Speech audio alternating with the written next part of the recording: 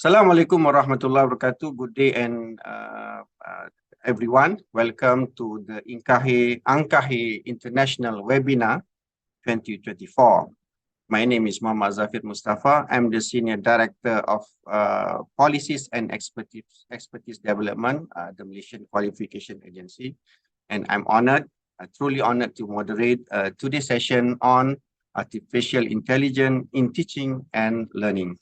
This webinar is a collaborative effort between IQA. It's just a 3 words short form, but don't confuse with the name because the name is quite long, which is the Association of Quality Assurance Agencies in the Islamic world, and also another organization is ANQAHE, the Arab Network for Quality Assurance in Higher Education. Both organizations are committed to advancing educational quality and fostering innovation within their network and beyond. Ladies and gentlemen, as widely known nowadays, the topic of artificial intelligence or AI in education is rapidly evolving, and staying informed about current updates and future direction is crucial as AI continues to reshape teaching and learning paradigm, offering both challenges and opportunities. Today's webinar aims to provide valuable insight into this exciting field. To deliberate further on this topic, we are indeed privileged to have 2 esteemed speakers. First one is Associate Professor Dr. Nina Abdul Razak, Director of Teaching and Learning Excellence, American University of Bahrain. How are you, Doctor? Kaifa haluki? I'm fine, thank you. Okay, thank you. Our second speaker, which is of similar time zone with me, Associate Professor Dr. Nur Fadlina Muhammad Sharif, Faculty of Computer Science and Information Technology, University Putra Malaysia. Hello everyone. So, apa khabar, Dr.? Sorry. Alhamdulillah, hello everyone.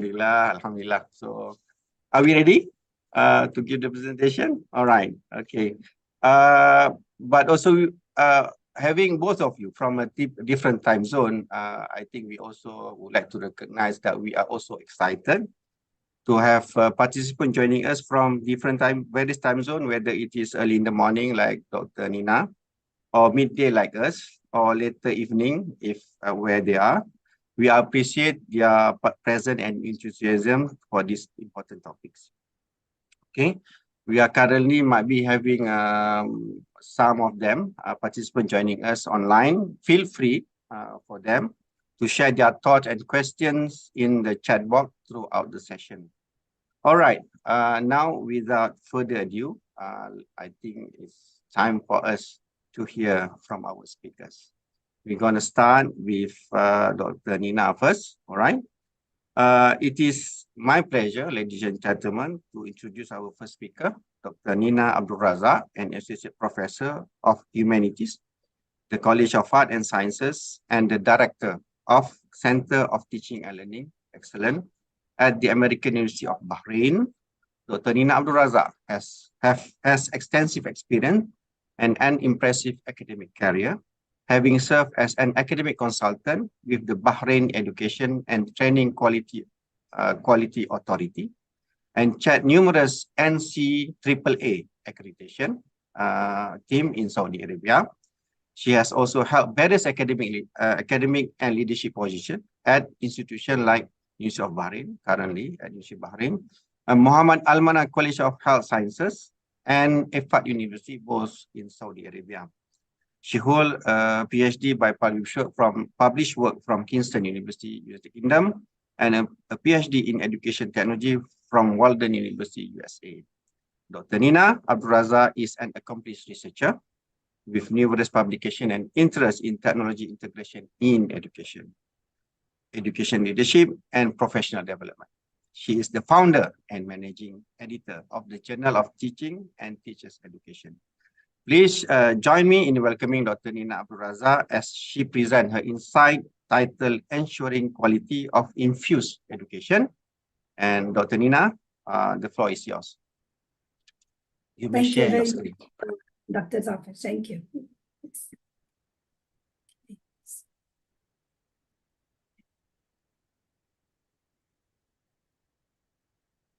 Okay, so I hope everyone can see my screen. Fine. Okay, that's great. Okay. So good morning, ladies and gentlemen. And if you are in a different time zone, good afternoon to you all. Thank you very much for being here today.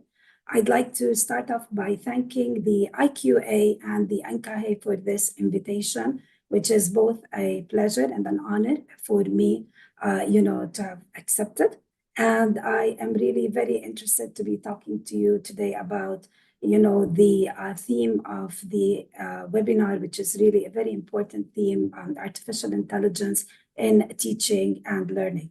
I'm going to be focusing on today on ensuring quality of AI-infused education. And the reason why I chose this topic is because I think like all of us lately have been attending a lot of events on AI, and most of them tend to focus mainly on the benefits or limitations of AI.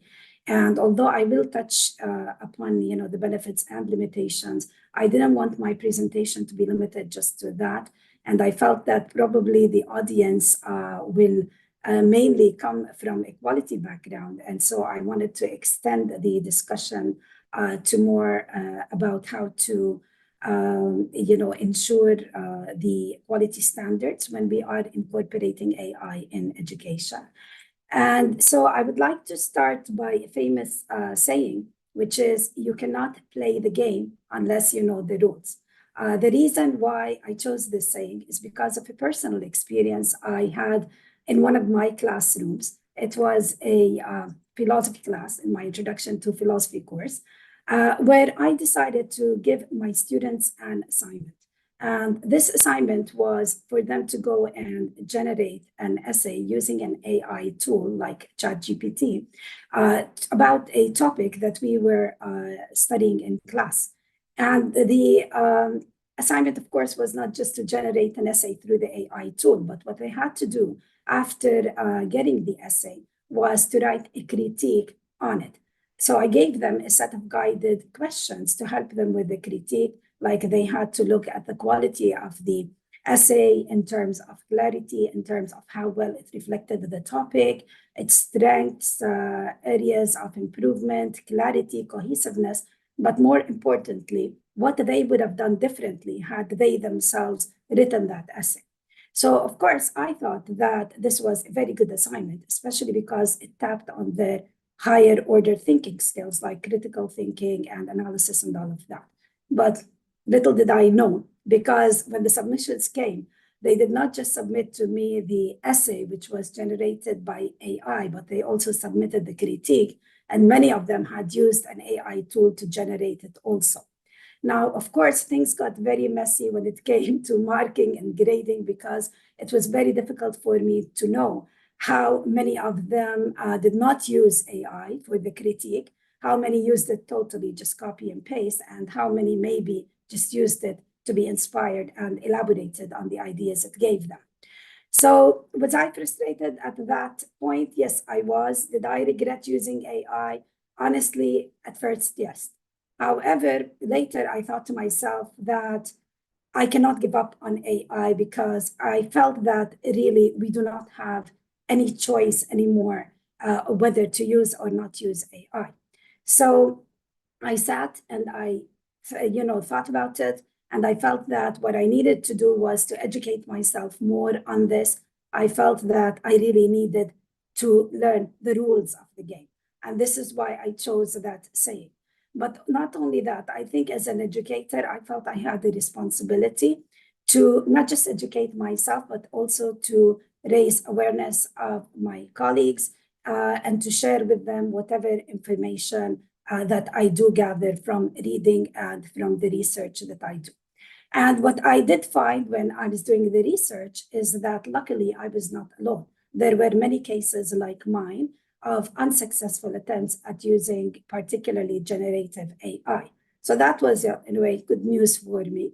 And then another point that I noticed from the research is that there was always this emphasis on the fact that the ship of AI in education has already sailed and that we must board it, or else we are all going to be left behind, not just in terms of, being behind our students, their knowledge and their skills, but also behind in terms of the international movements and trends when it comes to technology integration and educational technology, especially since now in 2004, there are many movements that are emerging strongly.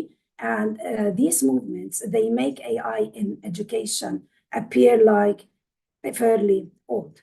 And so imagine if we do not learn what is already there and which is fairly old, what can happen to us? How are we going to manage when we have so many different new movements that are bombarding us? Like, for example, the BYOD, which is bring your own device to the classroom, where students can just get their own device and personalize their learning the way that they want.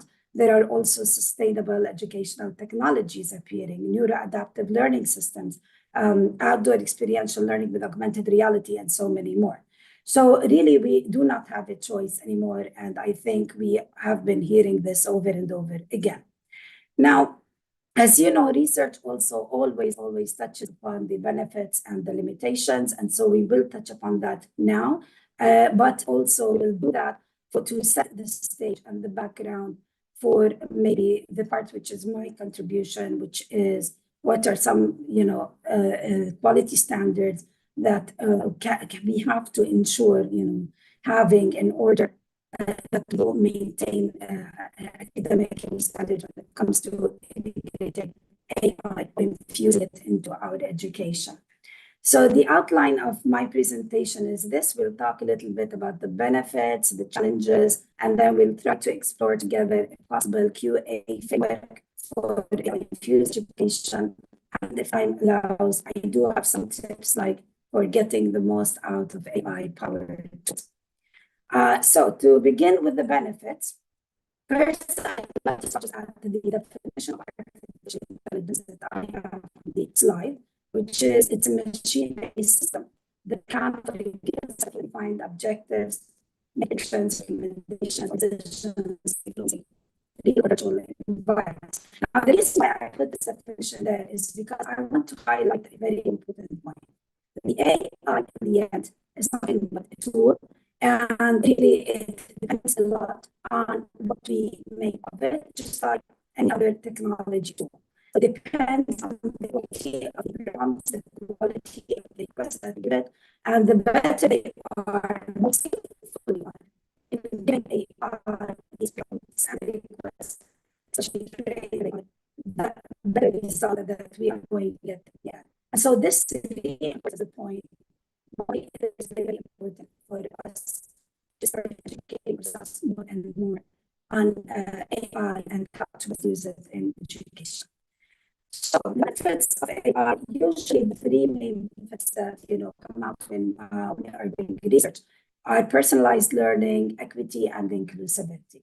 Now, the reason why AI promotes learning is because the AI tools have the ability to actually track and monitor the learning progress of the student in terms of their strengths, their depth, the knowledge or skills, their needs, their patterns of learning. And all of that is really important because the AI tool can then create learning experiences. Excuse me. Yep. Sorry, thank you, Dr. Nina. I just want to echo. I think a lot of people have been highlighting that somehow your audio is cracking. About more than 20 really? people now alerted. I'm not sure. Okay. Maybe we can, for a bit, maybe you can try to switch off the video for a bit and then you come back again on the video. But we would like to. Okay, sure, no problem. Yes, I can do that. Yes. Okay. So let's see. Okay, so shall I start? The audio is better. Okay, great. We'll Okay. proceed. Sorry about Thank you. Okay, so as I was saying, I'm talking about personalized learning, that the AI tools, they can actually create learning experiences based on the learner's needs and preferences and patterns. And so this is where, the personalization comes in, but also the inclusivity, because it means that the AI tools are giving the chance to everyone to learn or to improve in terms of their learning experiences, irrespective of their needs and their patterns of learning and all of this. And also in terms of equity, we know that AI tools are out there now for free, and some, are maybe a little bit coming with a minimal fee. But the important thing is that, access to massive amounts of information is there for everyone. And with information and knowledge comes empowerment. And this is why, AI is promoting really equity, where we can reach now the information irrespective of where we are or whether we are, in a university or in a certain program or not. Now, in addition, AI is promising many things. There are intelligent tutoring systems, automated assessment feedback, content creation, curation, learning analytics, virtual reality and augmented reality simulations, and language translation and communication support. So these are, some of the main benefits in general, but there are benefits also for faculty and teachers, because AI tools are becoming more like teacher aids. They are helping with lesson planning, authoring assessments, grading, and also with doing some of the daily tasks that are repetitive, which take a lot of our time. So by using AI as a teaching aid, what is happening is we are becoming more free to focus on the actual teaching and on the one-to-one interaction with our students to help them meet their needs better. Now, to move on to the challenges in AI education, some of the main challenges are the following. Of course, we know that one worry we have as parents, as educators, is dependence or over-reliance. We're all worried that students will rely a lot on the AI, and thus they will prevent themselves from learning opportunities or opportunities to develop their own knowledge and skills. So this is really a worry that we all have. But again, if you think of this, I mean, this is not a limitation in the AI itself. This is more something related to human behavior and on to how responsible we are really in using the tool. Now, other limitations have to do with infrastructure. For example, AI technologies, are very expensive and costly, and in some low-income countries, not everyone has the ability to afford the AI technologies. And so they always, consider that there is a bias when it comes to AI technologies, and it's a bias toward the rich world countries and, against the low-income countries. There's an issue of security. We're always worried about breaches in terms of personal information or institutional information when we are using AI. There's an issue about ethics, the plagiarism, the cheating. There is also an issue of lack of training. A lot of the faculty do not know how to use AI, or know it, but superficially not know exactly how to integrate it in education.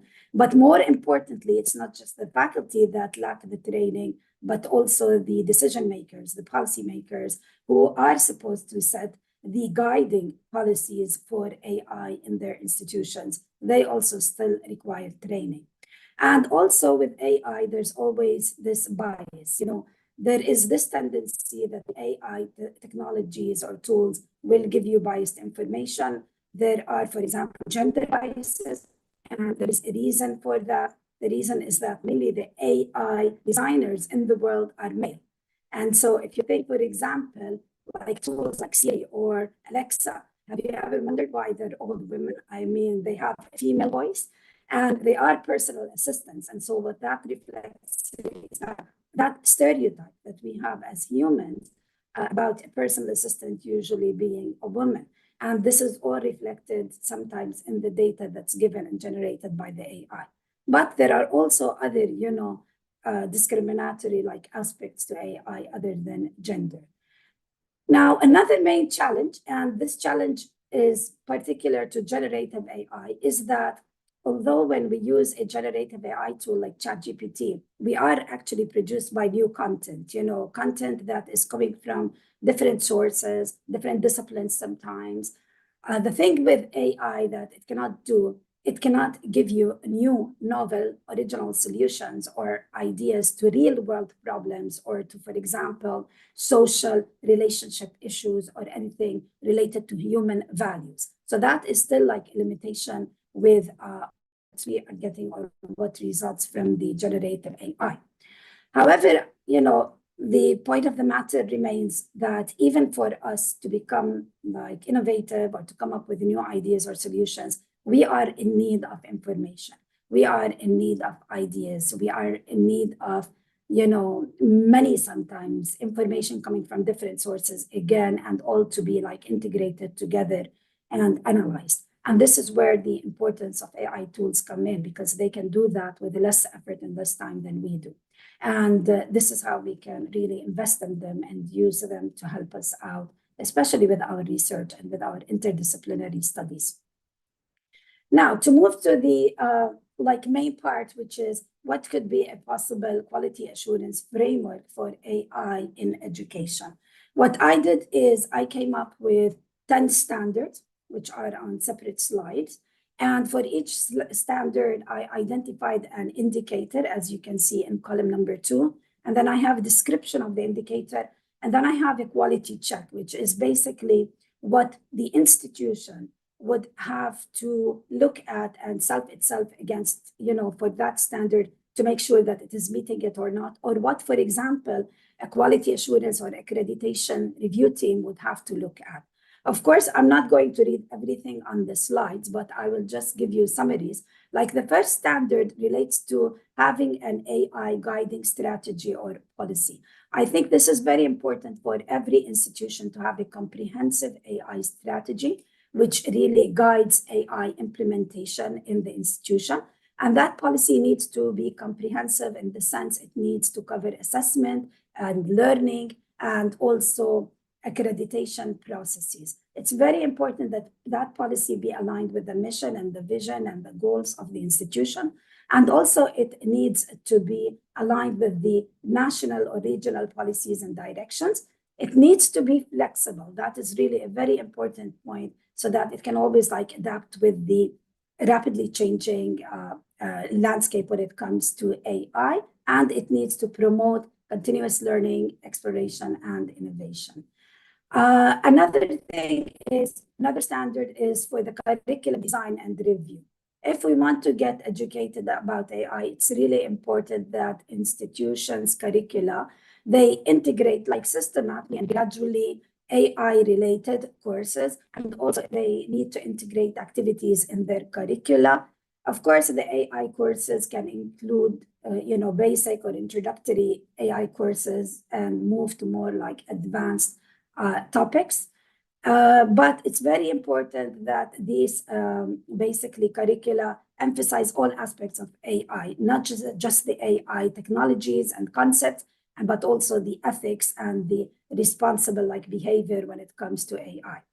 Now, third, the faculty professional development standard. Here, there needs to be AI training. It has to be hands-on, and it needs to be training on everything, all the aspects, teaching and assessment, preferably. And when it comes to teaching and assessment, there is always this push to meet the SDG 4, that there be this interdisciplinary teaching and interdisciplinary assessment if possible.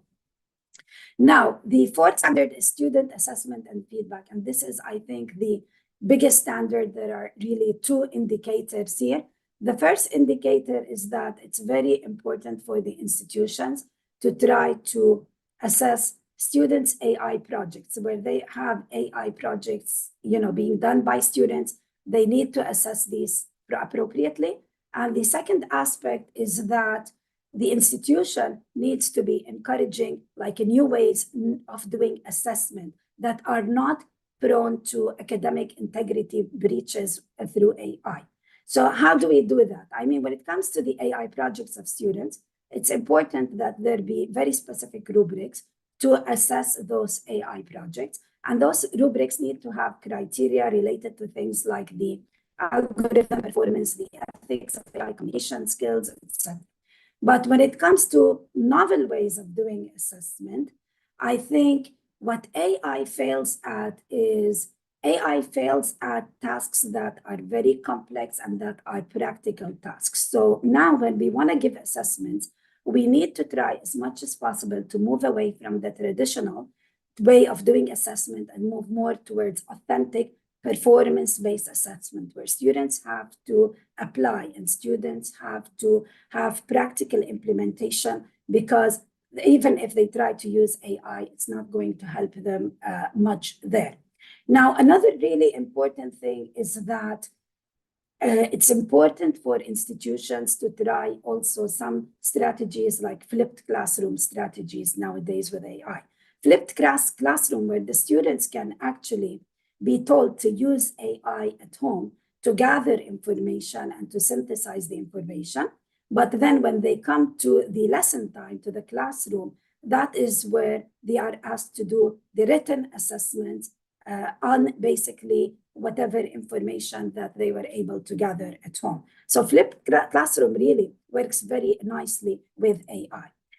Now, standard sorry, 5 Dr. Nina, you only have around 3 minutes more to go. Yes, I'm finishing up. Yes. For ethical use of AI, of course, it's important to have in our framework considerations for AI use, responsible use for everyone, the students and the faculty, where basically we should focus on bias mitigation, transparency, accountability. For data privacy and security, it's very important to have mechanisms for data privacy, data protection, and for secure storage. When it comes to equity and inclusion, we need to make sure that the way we're using AI, it promotes like diversity. We're not leaving anyone out. There are no discrimination that are happening. And here it is really very important that the institution monitors and tracks AI participation across diverse student groups. Infrastructure and resources, of course, we need to have all the technology tools that are needed for AI, and we need to maintain them and make sure they are up to date. Collaboration with industry and research, it's very important for an institution to collaborate with other institutions, but more importantly, to collaborate with AI companies and technology vendors, because they are going to be a very big support for the AI implementation. And continuous improvement, of course, there needs to be the regular review of the AI integration, the AI offerings, activities, etc., that are happening in the institution. Finally, I would like to end again with the same saying I started with, that when we know the AI rules, we can play the AI in education game. And it is only then that we as educators, and I quote here Sayari, that we can champion really the responsible use of AI, ensuring a future where pedagogy, evolution, and teaching strategies are actually driven by the harmony of artificial intelligence and human intelligence. So it's not a competition. It is more, it should be more of a harmonious collaboration between the two types of intelligences. And that's it. I have these tips, but they'll just be on the slide. These are some related things. And finally, thank you all very much. Thank you, Mr. Zafar. Thank you, Dr. Nina, for the insightful presentation. There's a lot that you have shared. Apologize to all participants. There's some your sounds was breaking up a bit. But the first attempt you just shut down all the screen, and then later on I tried to shut down my screen. It seems to be working. I wish I knew from the start. Okay, there's a lot of things has been touched by Dr. Nina. I know that my reflection might not be that comprehensive. I think the most important is basically from my side, as far as I can understand, AI can revolutionize education, and I think she touched on personalized learning, that is on the side of learner, and also improve teachers' efficiency, that is on the side of teachers, and all the things that need to be rearranged around them. I think interesting that you describe about a robust quality assurance framework. Many things that you enlisted is basically whenever the theme is basically what we are quality assurance community familiar of. It's about assessment, it's about teachers' capacity building, curriculum development and blueprint, but the description, whenever that is about AI, need to have a better perspective.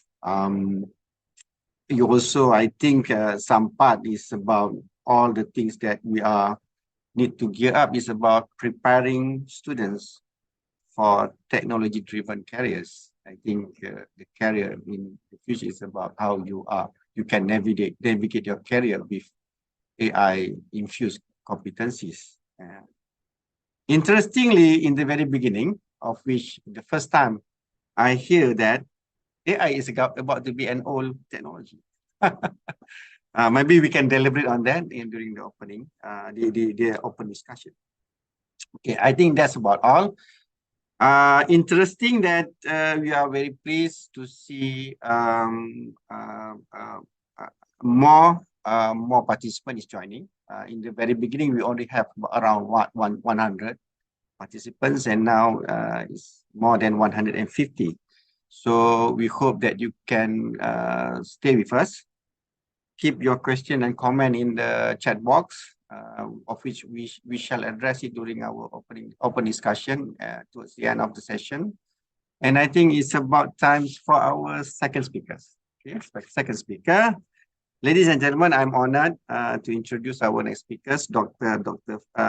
Nur Fadlina Muhammad Sharif, an associate professor in the Department of Computer Science and University Putra, Malaysia. So we have the techies, the person with technical background on this matter. Dr. Fadlina earned her PhD in Intelligence System from the University of Bristol and her Master of Science in Software Engineering from UPM. Her research focuses on artificial intelligence, okay, and data science, particularly in the text mining and recommendation system. She is currently working on interactive machine learning and digital twin application in areas such as biodiversity, agriculture, health, and e-learning. Dr. Fadlina is also dedicated to education, teaching courses in AI, data mining, intelligent computing, and more. She believes in experiential and blended learning to enhance student engagement and higher order thinking. So please join me in welcoming Dr. Fadlina as she presents her sharing on towards artificial intelligence ready, culture for supporting quality higher education. Dr. Fadlina, the floor is yours. Thank you very much, Mr. Muhammad. I think it was a very elaborative biography and very kind introduction to me. I think I'm under pressure as well to try to keep up with the quality, infusion, and many other things have been shared by our wonderful Dr. Nina. It's my first time meeting her, but I feel like I'm already learning a lot and looking forward to learn more from you, and let's exchange. But somehow I forgot how to switch off this transcription subtitle at the bottom. So please pardon me for that. Today, I chose this title towards AI-ready culture for supporting quality higher education services. As explained earlier by our host, my background revolves around specific areas in AI, and among of the works that I have been doing is on AI for education. I'm also currently the Deputy Director for the ICT Policy and Digitization at University Putra, Malaysia. Right, this is the outline for my sharing with you today. The first part will go into the evolution of generative AI in education, and then offering to you the ingredients which I think could be considered for AI-ready culture. And in part 3, some recommendations on moving forward. Let us start with the first part on the evolution of generative AI in education. Many people have highlighted about the effects of ChatGPT as a specific example, or can we say as the most popular example of generative AI in the current age. This is one of my favorite quotes to highlight on how to use generative AI and ChatGPT properly. We should move towards focusing on the ability of the students to communicate clearly, coherently, and confidently, rather than letting them to hide behind lengthy reports, because we don't want to be the one that have to go through all the generated content rather than able to measure, monitor, scaffold the real students' ability. The second positive effect is to highlight on the experiential learning to switch to live problems. So this is where, as highlighted by Dr. Nina earlier, because the generative AI is not able to relate to context and real current problem. Because of that, we have to focus more on conducting activities in teaching and learning that can scaffold our student to be able to relate themselves to current situation on real problem, and they can leverage the generative AI towards tech-driven careers, as well as assessing the quality of the process. So not just based on the report that has been submitted, ask them also to reflect on their learning experience. So we can say that generative AI is now democratizing and expediting digital transformation. Nowadays, these newly emerging, very suddenly important skills on leveraging generative AI would be to be able to prompt, to edit the prompt, and to edit further the content that has been generated, aside from knowing which correct AI or generative AI tool to use. And the second point there to say that now there is a plethora of generative AI applications, and it is beyond chatbot based application. That is what I'm going to highlight today, mostly on the other kinds of chatbot based AI applications that can be used in teaching and learning. Dr. Ina have highlighted on personalization, and she mentioned also about the generative AI that can aid teaching and learning activities. I would like to use these terms: automating or assisting or augmenting. So when we're handling generative AI or any specific AI applications, we have to look at what is the outcome or benefit that this specific application is offering to us. Either it is for lesson preparation, student academic advisory, or any other task. I hope everybody is now aware that the current ChatGPT allows us to upload a file, and also we can actually tune it. We can use a prompting technique to be able to let it to generate personalized comments or feedback that we can give to specific student by uploading the students' submitted assignment, the rubrics, the questions. It will also highlight specifically the chapters for this student to revisit. Excuse me, suddenly I realized the battery is running out and my laptop is not charging.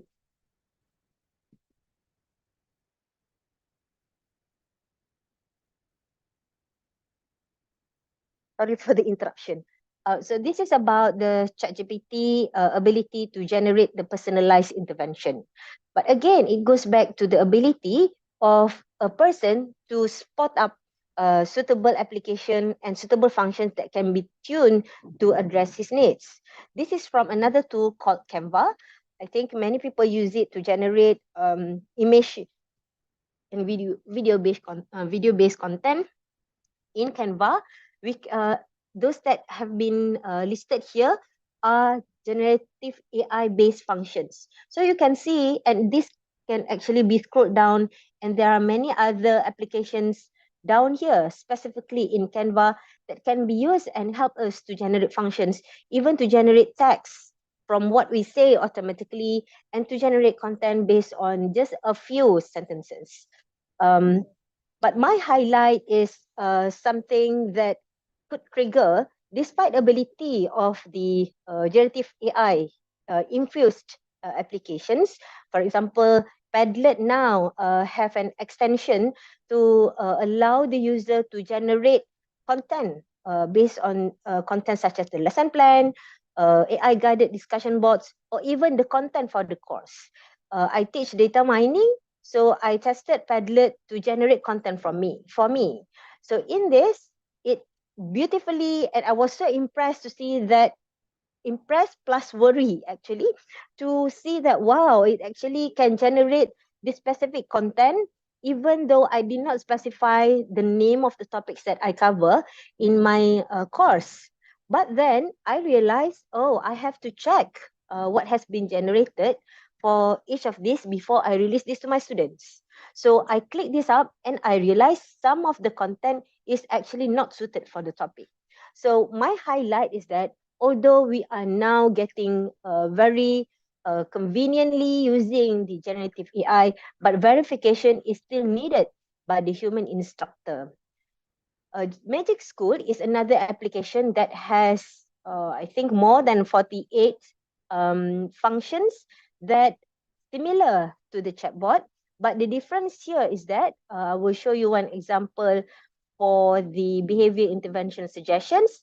It allows us to input the situation of a specific student that we want to have generated responses to the students. Why I highlight about this behavior intervention and also feedback just now, because many people now are shifting towards relying on AI for giving feedback, personalized feedback to the students, not just to get brainstorming and to get content. But my main highlight to you is that although the generative AI is able to give this input to us as an educator to ensure quality education, it is back up to us to be able to filter and decide whether it can be adopted or not. So generative AI is only up until assisting, shouldn't be fully automating, maybe some part to automate, and mostly must be for augmenting our teaching and learning tasks so we know better and we can do better. More importantly, now, more important than ever, a call for greater quality measures to safeguard education trustworthiness. Either it is for the students to self-learn and we ensure that they have attainment validation through articulation, as well as to empower educators for their various roles. And there should be a mechanism to ensure legit actions and responses. So again, more than ever, a call to cultivate the culture of responsibility, integrity, and accountability. Now is the time to make sure that human stays to be human, a quality one, and not let the robot replace us. We are now ready for part 2 on the ingredients for AI-ready culture.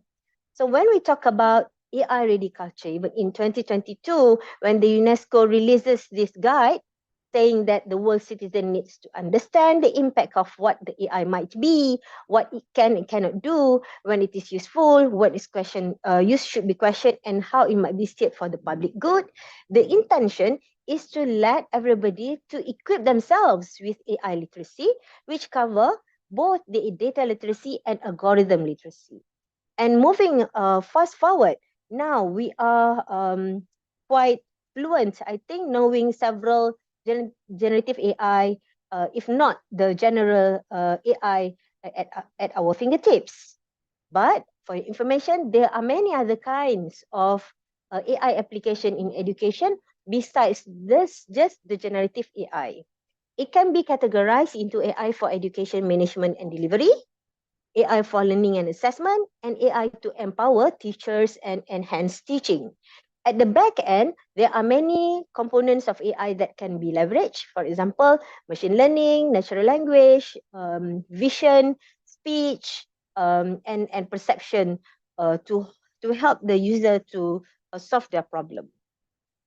The UNESCO has also released a guide for policymakers in AI in education with highlight on humanizing and democratizing fair and responsible AI for education. To look at how AI can be leveraged to enhance education, to exploit for the common good in education, to ensure ethical, inclusive, and equitable use, and to prepare humans to live and work with AI. So according to this call, and if you go inside the document, there are many fantastic use cases, examples, real applications that you can look up and consider to use for. In Malaysia, there is this AI roadmap that has been released and have highlighted 6 strategies for us to achieve AI vision.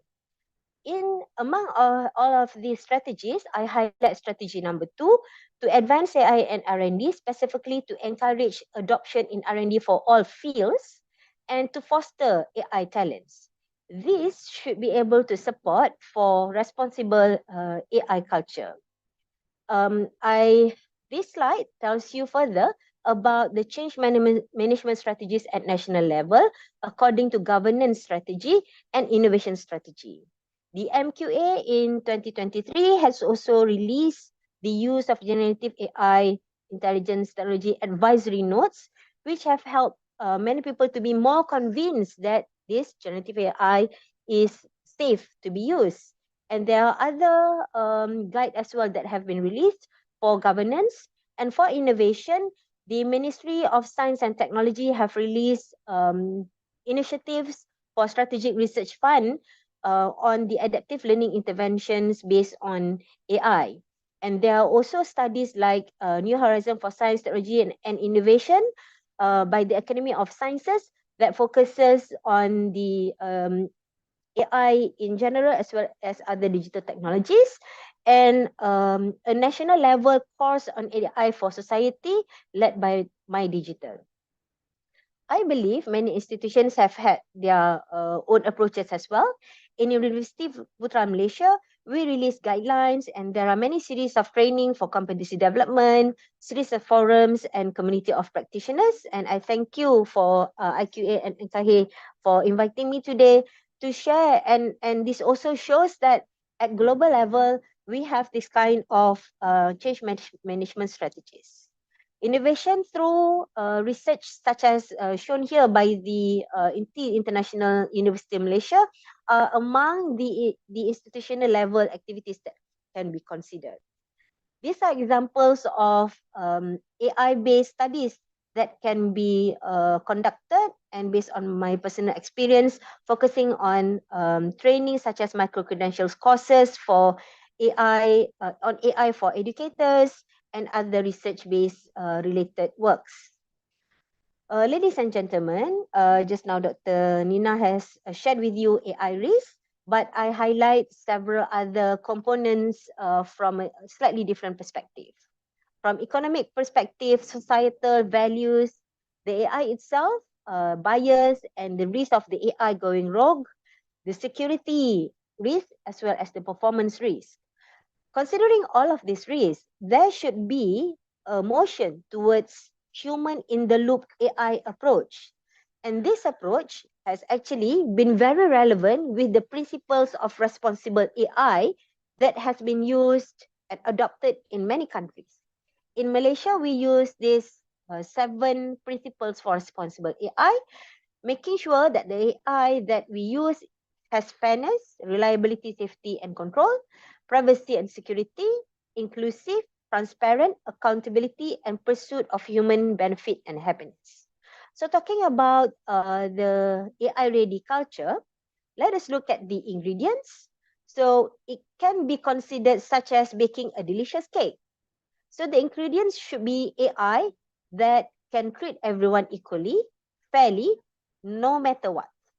And the recipe should be clear to make sure everybody understands how it works, such as in the classroom. The data that has been used should be fresh data, should be something that is safe information and not leaking individual or any privacy.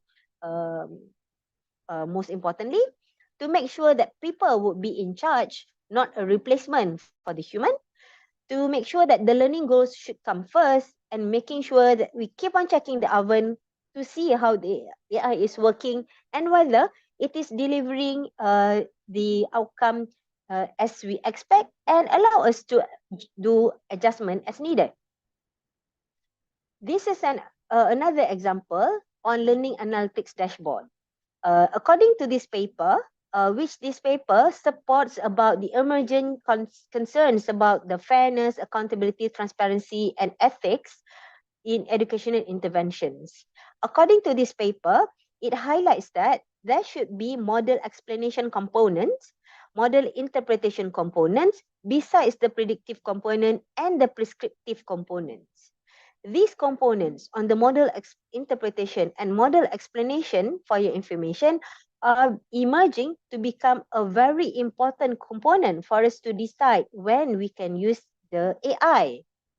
In this slide, I try to illustrate to you the difference between how we now look at the AI. To us nowadays, we don't understand much about why the AI do that in coming up with a decision or recommendation. Why not something else? And when it can succeed and when it can fail. The explainable AI would allow us to understand the why not, why it succeeds, why it fails, and when to trust and when it can error. Because of that, having this explainable AI approach in education, which covers the AI, human-computer interaction, and cognitive and learning sciences, we hope to be able to cushion any risk and possible negative impacts. To ensure further transparent and trustworthy AI implementation in an organization, we need to consider the stakeholders, the pitfalls. Either it can be because of too complex models, too simple models, inaccuracy, incompleteness, explanations, and we need to also consider what are the main benefits. Is there more benefits rather than the risk, or is it the other way around? And how can we design it to make it to be effective? When we work with companies or even any service providers, we have to emphasize that the AI can explain its behavior to us and the model that it is being used to explain to us. What is it at the back end? These are the examples to either use global approaches by giving risk factor or by giving some feature relevance, by giving examples. If you do this, you'll get this. But if you do something different, then you get this. So this way, we will be able to be more convinced and the content of the AI will be more transparent, and we know what are the risks that we are contemplating. Coming up with the recommendations on way forward, at UPM, we are drafting this AI innovation governance, considering for change management, considering the governance, digital transformation strategies, and AI use cases. And trustworthiness and enculturation is at the top, making sure that the institutional readiness, educational impact, and RDI's impact would be able to be encapsulated as a governance so that the digital transformation strategies would be safe according to the design AI use cases. We can also consider using checklists like this to filter out and to contemplate regarding our decision to use the AI, whether by its type of action space, is it by just for recommendations, is it just for alert, or is it going to be direct impact? Is it going to be automated without a human to be there? Should there be any ethical relevance? Should there be any autonomy violation? Would there be any fundamental rights that will be disturbed? And what would be the robustness and accuracy of the system? Indeed, there are many other checklists. So to reduce the gaps of AI innovation adoption in education, we can summarize that by generally, the gaps can be innovation readiness, digital inequalities, pedagogy rethinking, responsive research ecosystem, effective integration process, financial pressures, and AI safety. And these have been sorted according to their relevance and their importance, I think. And specific gaps that should be reduced is to be able to identify the AI that is specifically for the needs of the user, to be able to leverage suitable approaches and skills like prompting, querying, manipulating, and to verify. This is a must to be able to verify the output and to decide what would be our decision based on its output. So to wrap, my recommendations for short term is so that everybody to increase their AI and data literacy competency, to empower the teaching and learning with AI infusion, to establish suitable info and infra, to establish governance and data-driven leadership, to encourage growth of AI literacy programs and local AI for education innovation. These specific highlights on having local created products on AI for education innovations is to ensure that local context would be intact and to ensure that some of the security issues would be protected at its most and to encourage lifelong learning. As a long-term recommendation, we can consider certification and recognition of AI in data literate individuals and organizations to keep on improving the infra and info, to empower advanced AI for further supporting transformational academic deliveries, to keep on sharing these best practices and to sustain it for quality leadership for education and to endorse and recognize flexible education implementation powered by AI. With that, I thank you. All right. Thank you, Dr. Fadlina. Very interesting. I must say that how detailed that we need to sort of figure out in terms of the integration of AI in the institutional system. And I think you are giving that perspective, which is not only the step-by-step technical element, but also I think the whole framework. And I think the first part might be on the conceptual part, but I think at the later part, you are giving example of how at your universities, University Putra Malaysia,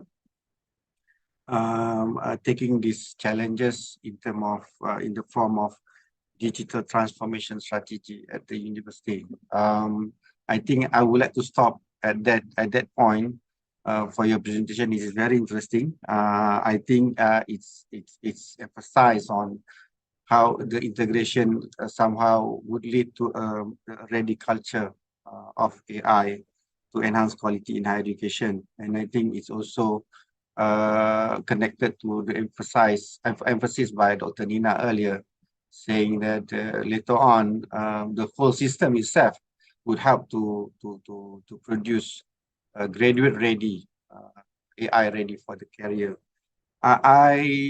Interestingly, I think I spot I'm not sure, maybe this is my inclination. I'm looking into a more catchy kind of term that I can understand. You said about automizing, assisting, augmenting. And I think new things that we learn from AI, especially the student, is they are giving a new function. Is it learning role as curator, as prompt engineer, and I think if you can, we can address that during the open session. But thank you, Dr.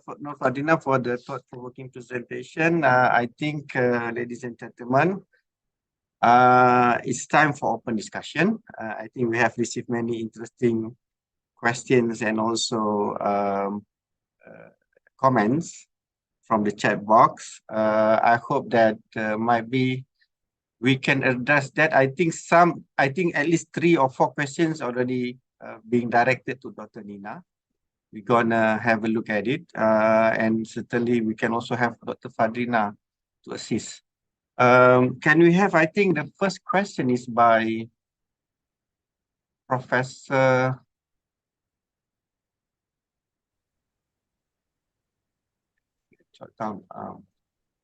by Professor Mar de Feslaso. It sounds like this. What worries me a lot is this possible prevention of development of students' own skills, critical thinking, passions, and abstraction. I think that has been addressed by both speakers in terms of emphasize, the upgrading or the empowering of AI to the learners itself. I think it's been coined by personalized learning capacities. Would you like to respond on these remarks or respond, Dr. Nina or maybe Dr. Fadlina? Okay, I think both of us, Dr. Noor and myself. First of all, is my sound breaking? I have to check. No, it's okay. Okay. So as I was saying, both of us, Dr. Noor and myself, touched upon this when we talked about, the responsible use of AI. Of course, if students will not use it responsibly, then it is going to compromise their learning or their development of knowledge and skills. But this is why we need to, and this was emphasized by Dr. Noor, we need to actually educate the students on the responsible use of AI. And also, we need to be careful, I think, about checking, and we cannot check and we cannot know unless ourselves we are also knowledgeable. And I think having institutional policies and procedures that try to make at least the institutions safe in terms of the use of AI. I think that that's very important because the policies will guide the implementation, they will guide the behaviors, they will set the penalties, etc.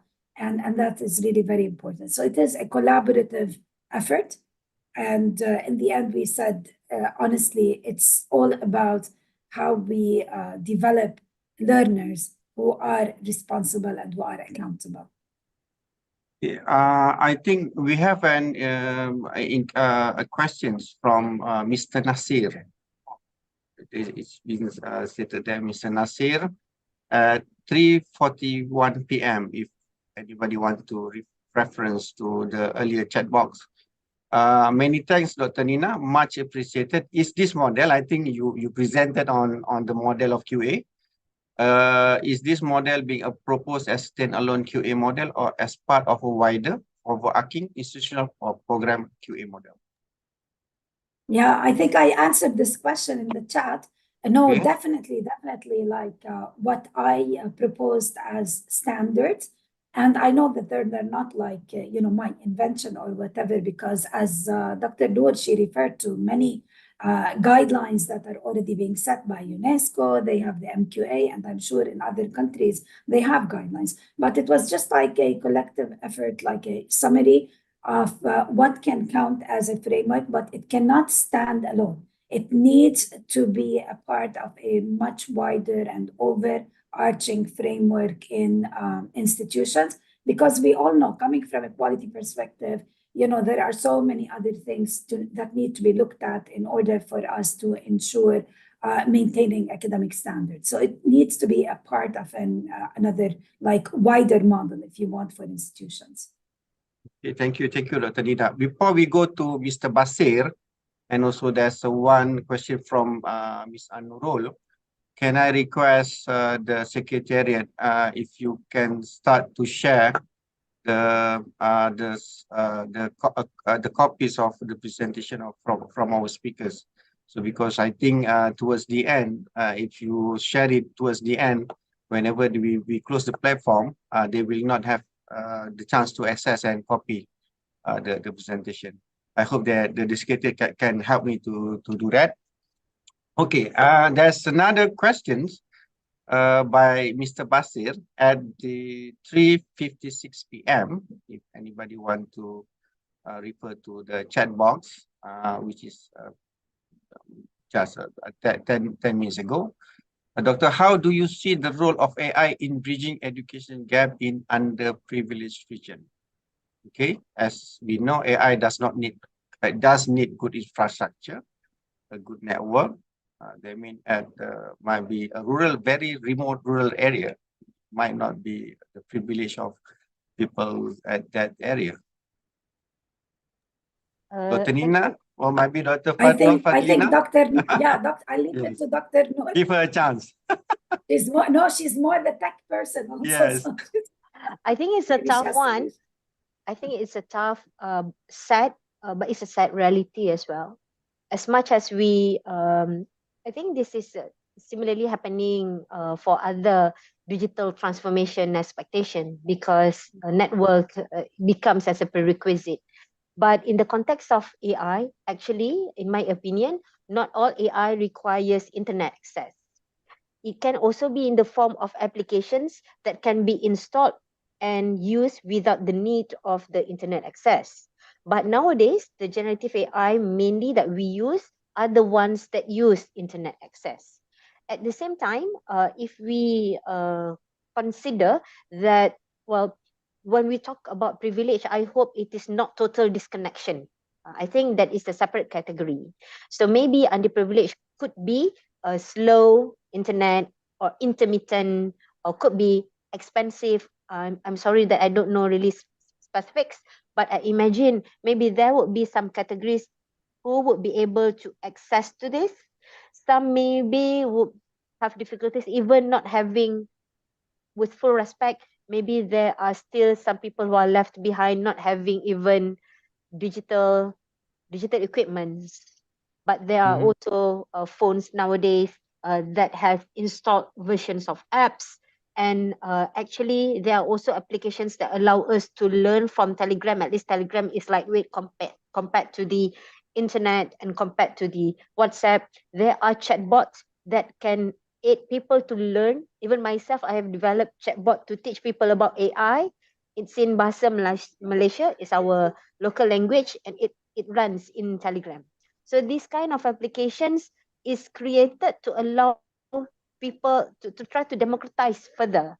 And there are also applications, and if we talk about the AI itself as a subject, to introduce people about the AI itself, also having literacy about the AI also itself should be a move for us not to live, to try to address the inclusivity.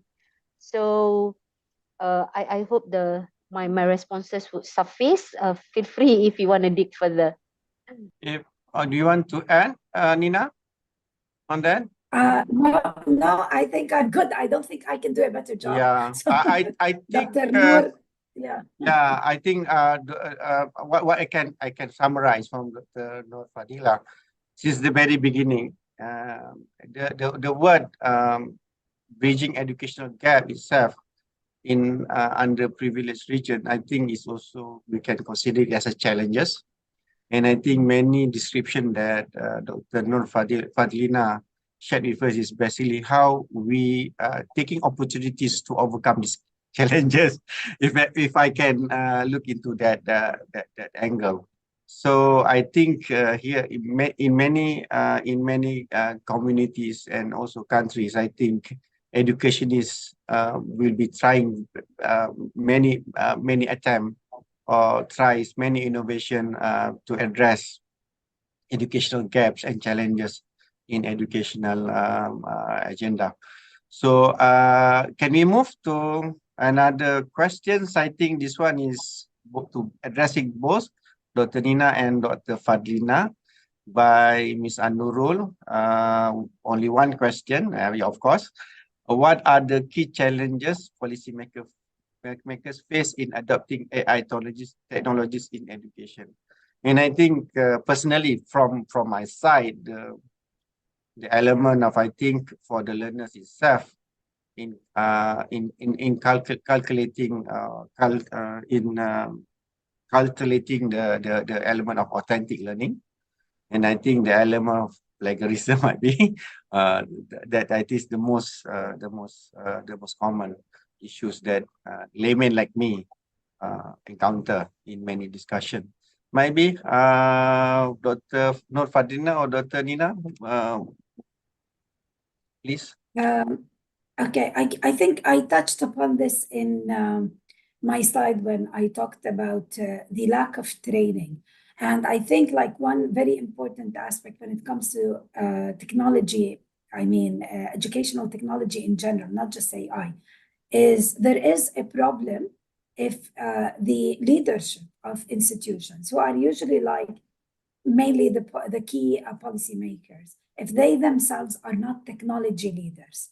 And what we mean by technology leaders, not necessarily that they are technology experts, but if they are not really highly supportive of technology and also aware enough of, what technologies are out there, what we need to adopt, what is really an emergency, what are the risks. I loved the risk checklist that Dr. Noor shared, because I think it's really very, very important to be basically imposed by key policy makers in any institution in order to help in securing the safe use of AI.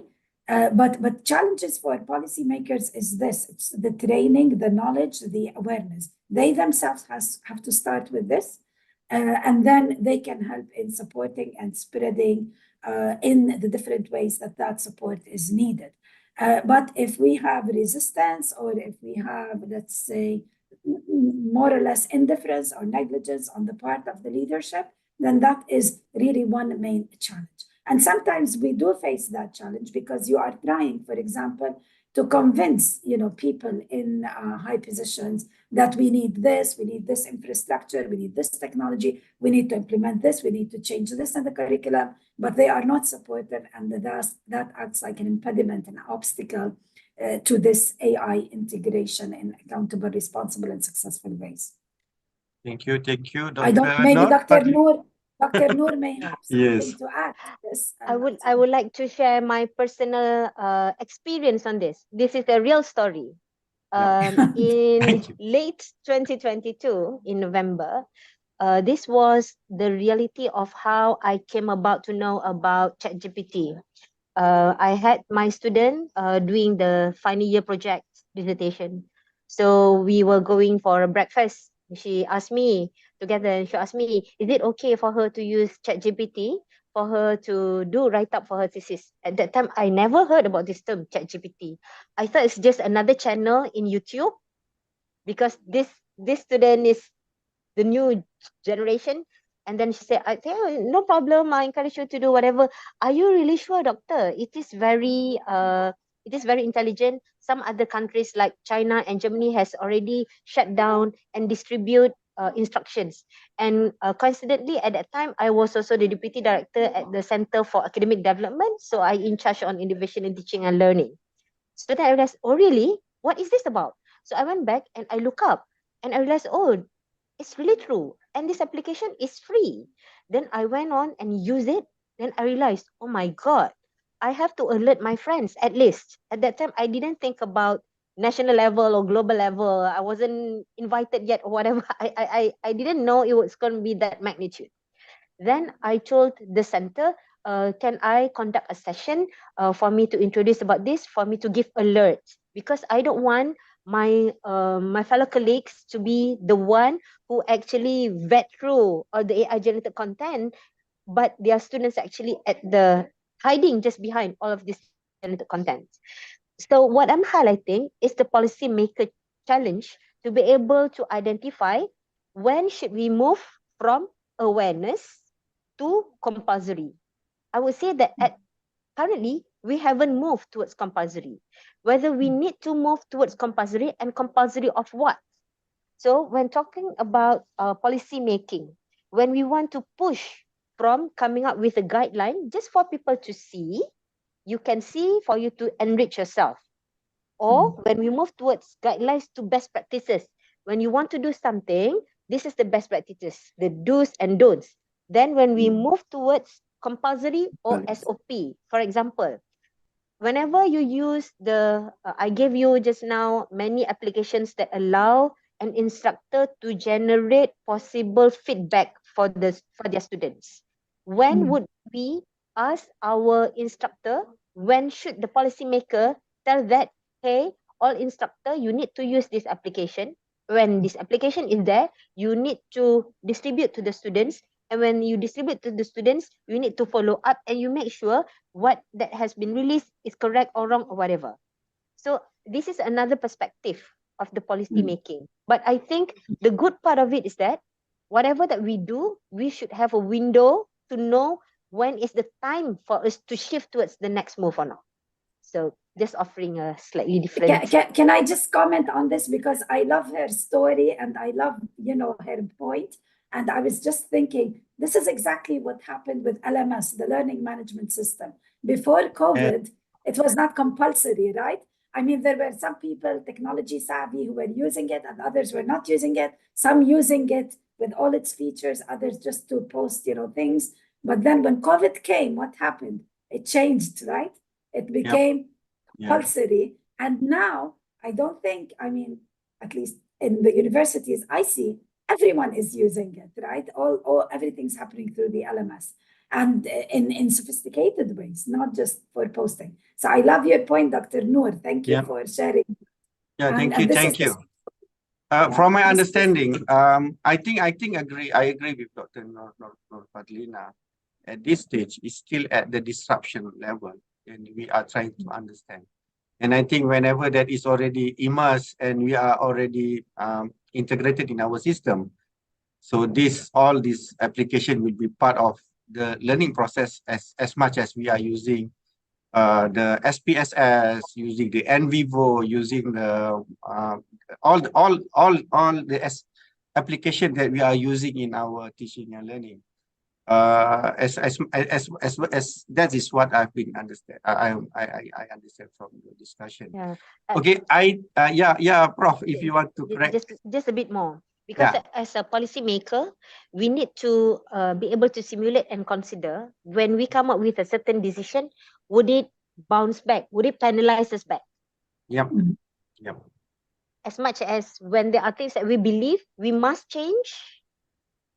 Obviously, when we do that, usually we do some engagements. Yep. And we have to, I think that is for good policy making. Yeah, certainly. I think for policymakers, they are still continue to observe the development. There are many types of the BART has already transformed into Gemini, and there are many others. I think evolution and upgrading. I must say that I think we are already about to occupy all the time that we had. We have a very interesting discussion. If I may, must apologize to all participants who have already posed their questions. If you have time later, I'm not sure when, we certainly will address it.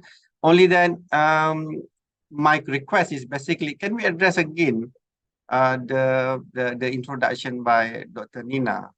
AI is already an old technology. Would you agree on that? Can you elaborate further? That question for me? Yeah, whether you or maybe Dr. Fadlina, because I think that's what I would like to figure out, because you said that based on the research, AI is already an old technology.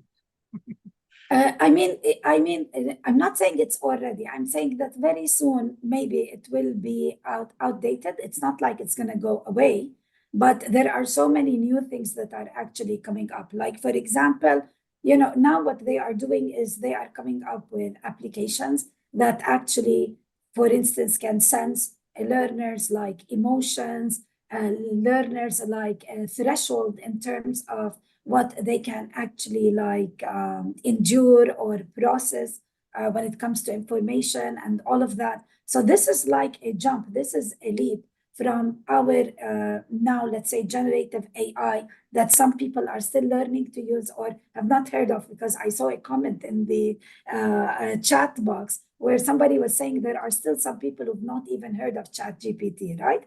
But there are others who are actually starting to use applications in order to detect and sense learners' emotions, learners even physiological reactions when they are presented with certain problems or certain material, their heart rate, for example, their blood pressure level, things like that. So all this is happening. And not only that, augmented reality, I mean, before was in the classroom, now they are taking it outside of the classroom to practice experiential learning, which is really something, amazing.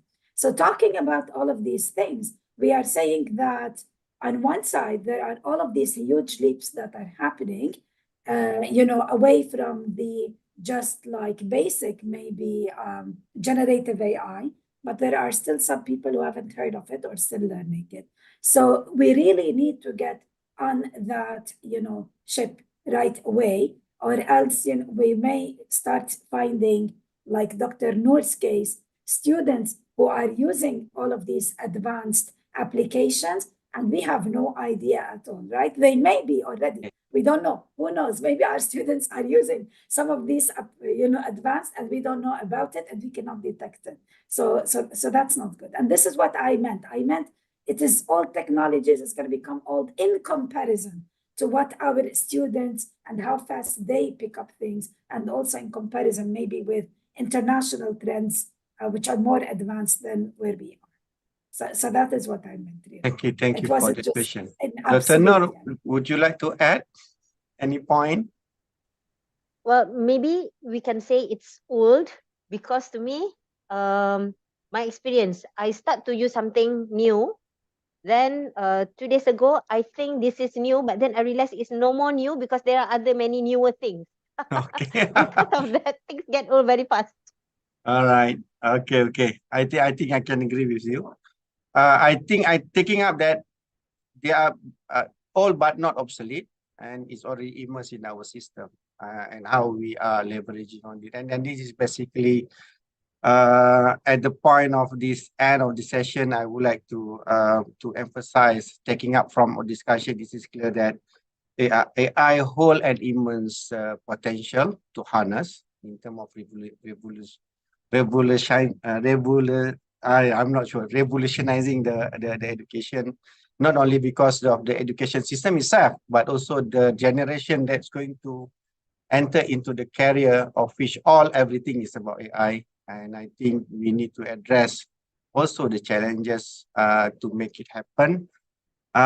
Certainly, I would like to thank our esteemed speakers, Associate Professor Dr. Nina Braza and Associate Professor Dr. Nur Fazila Mosharif, for sharing the valuable knowledge and insight. Thank you to IQA and ANQAHE for the joint organization in making this webinar possible. Thank you to all participants for spending time with us, regardless of the hours in your respective location. And basically, unfortunately, after more than 1 hour, it's time to conclude the IQA-ANQAHE International Webinar 2024.